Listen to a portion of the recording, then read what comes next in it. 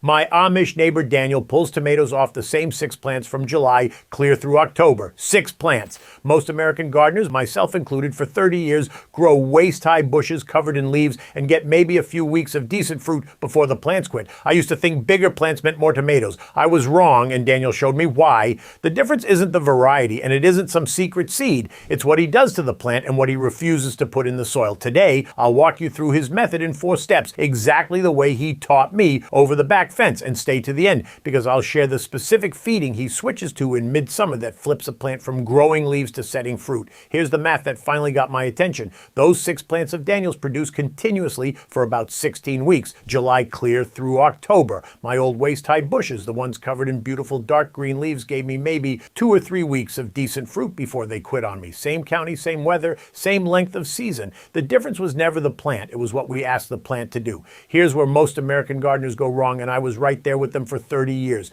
We equate a big leafy plant and a heavy dose of fertilizer with more tomatoes. But leaf growth and fruit growth compete for the same energy. Every stem of foliage the plant builds is energy it didn't put into a tomato. Daniel taught me this over the back fence, one piece at a time, and today I'll walk you through his method in 4 steps. Then, at the end, I'll share the specific feeding he switches to in midsummer that flips a plant from making leaves to setting fruit. Step 1. Prune the suckers down to 1 or 2 main stems. A sucker is the little shoot that grows in the crotch between the main stem and a leaf branch. Left alone, every one of those becomes a whole new stem with its own leaves and its own suckers, and pretty soon your single tomato plant is a thicket of a dozen leafy arms. Daniel pinches them out by hand when they're small, about 2 to 4 inches long, while they snap off clean between your thumb and finger. He checks every plant once a week. He keeps just 1 or 2 leader stems and nothing more. For 30 years, I let my plants bush out into whatever they wanted to be. I thought more stems meant more tomatoes. What I actually got was a wall of foliage and fruit scattered thin throughout it.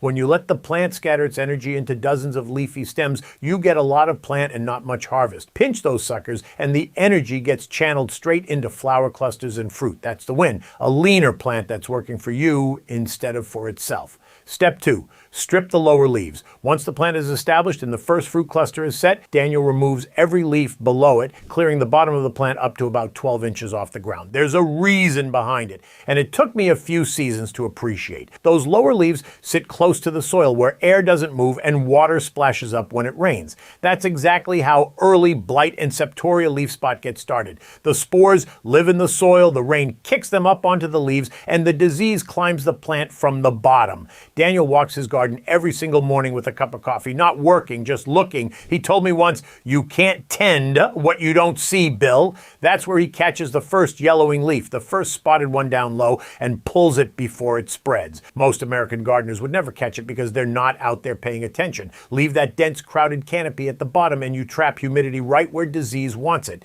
Clear it out, and you've got a plant with air moving through it, drier leaves, and a clean lower stem. The win here is a plant that stays healthy enough to keep producing right through the season instead of burning out by August. Step 3. This is what Daniel refuses to put in the soil. No high nitrogen fertilizer, no 10-10-10, no heavy load of fresh manure dumped at the tomato bed. I'll be honest with you. For most of 15 years, I had a bag of 10-10-10 in the shed and a can of 7 Dust under the kitchen sink. And every spring I'd work that fertilizer and thinking I was feeding my tomatoes. I was feeding the leaves. Nitrogen drives leafy, vegetative growth. Pour it on and the plant does exactly what you told it to do. It makes a magnificent green bush and almost no fruit. Daniel builds his tomato bed with one thing: finished compost, 2 to 3 inches worked into the top of the bed before he plants, and that's it. No bag numbers, no chemical boost. The compost feeds the soil slowly and steadily, and the soil feeds a balanced plant that's ready to flower and set fruit instead of one that's drunk on nitrogen. Back in 2003, my disaster year,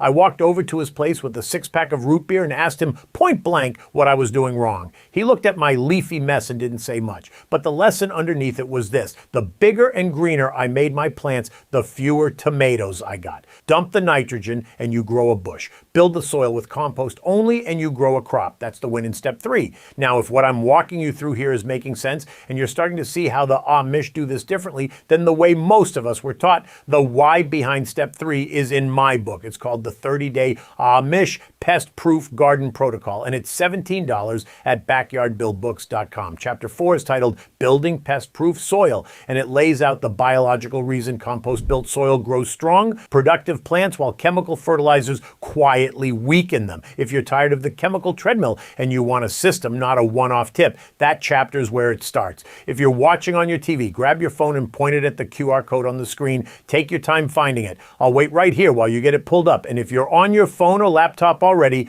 the link is right down in the description. All right, let's keep going. Step 4, consistent deep watering plus mulch. Daniel waters at the base of the plant deeply, about 1 inch to 1.5 inches a week, rather than a light daily sprinkle. A shallow sprinkle wets the surface and evaporates by noon. A deep soak drives the roots down where the moisture is steady. Then he lays 2 to 3 inches of straw mulch over the bed to hold that moisture even, day and night. Even moisture is what keeps a tomato plant setting fruit week after week. Here's where it matters. When a plant swings from bone dry to soaking wet and back again, it panics. It drops its blossoms, the fruit cracks open, and you get that ugly brown sunken spot on the bottom called blossom end rot. Erratic watering stalls the whole operation. Steady moisture from deep watering and a blanket of straw keeps the fruit setting and ripening without interruption. That's the win. And it's the fourth piece that lets Daniel's 6 plants pour out tomatoes from July into October. I've run this exact method on my own land for 22 years now. Daniel was right. Now let me save you from the 3 mistakes that wreck tomato harvest, because I made all of them. The first is never pruning the suckers. Let the plant go and it turns into a leafy thicket that sets a fraction of the fruit it could. The fix is the one from step 1. Pinch the suckers weekly and keep the plant to 1 or 2 main stems. The second mistake is feeding a balanced or high nitrogen fertilizer all season long. That keeps the plant locked in leaf making mode and pushes your fruit later and lighter. The fix is to cut the nitrogen by midsummer, and I'm about to show you exactly what Daniel switches to instead. The third mistake is inconsistent watering. Those wet, dry swings bring on a blossom end rot, cracked fruit, and dropped flowers, and they can take a real bite out of your harvest. The fix is deep, even watering with straw mulch over the bed to buffer the moisture so the plant never feels the swing. Now, I told you at the start I'd share the specific feeding Daniel switches to in midsummer, the one that flips a plant from growing leaves to setting fruit. Here it is. Around the middle of July, Daniel stops all nitrogen completely and switches to a potassium-rich comfrey and wood ash tea. Comfrey is what's called a potassium accumulator. Its deep roots pull potassium up out of the subsoil and store it in those big leaves. Here's how he makes it. Pack a 5-gallon bucket full of comfrey leaves, add 1 good handful of wood ash, top the whole thing off with water, and let it steep for 2 to 3 weeks. Then dilute it, 1 part tea to 10 parts water, and pour it at the base of each plant every 10 to 14 days from mid-July through the end of the season. Ruth keeps her own bucket going for her vegetables, so this runs in their household all season. Here's why it works. Nitrogen tells a plant to make leaves, potassium tells it to make flowers, to set fruit, and to move sugars into that fruit so it ripens sweet. By cutting the nitrogen and loading the plant with potassium right at mid-season, you flip the switch. The plant stops building foliage and pours everything into the tomatoes. That's the difference between a bush and a harvest. Before I let you go, I want to come back to one thing. Once you've got 6 plants pouring out tomatoes from July into October, the fastest way to lose all of it is a hornworm or an aphid outbreak that strips the plants in a week. That's what chapter 8 of the book is for. It's called Crop by Crop Pest Solutions, and it walks you through the exact tomato fixes the Amish way. Hornworms, aphids, and whiteflies, both how to prevent them and how to stop them once they show up. If you want a complete system you can install once and lean on every season, not just a single tip. That's what the 30-day Amish Pest-Proof Garden Protocol gives you over at backyardbuildbooks.com. If you're on the big screen, go ahead and scan that QR code now. No rush at all. Take a moment to find your phone and aim it. I'll be right here. And if you're reading this on your phone, the link's waiting in the description. So that's how Daniel pulls tomatoes off 6 plants from July clear through October by pruning the plant down and feeding it right instead of drowning it in nitrogen. It's the same thing my Amish neighbors have been doing the same way for 200 years, and most American gardeners have never heard of it. Try it on a single plant this season and see what happens. If you want to see the method that gets 100 pounds of potatoes out of a 4x4 patch, we'll watch that one next. I'll see you in the next one.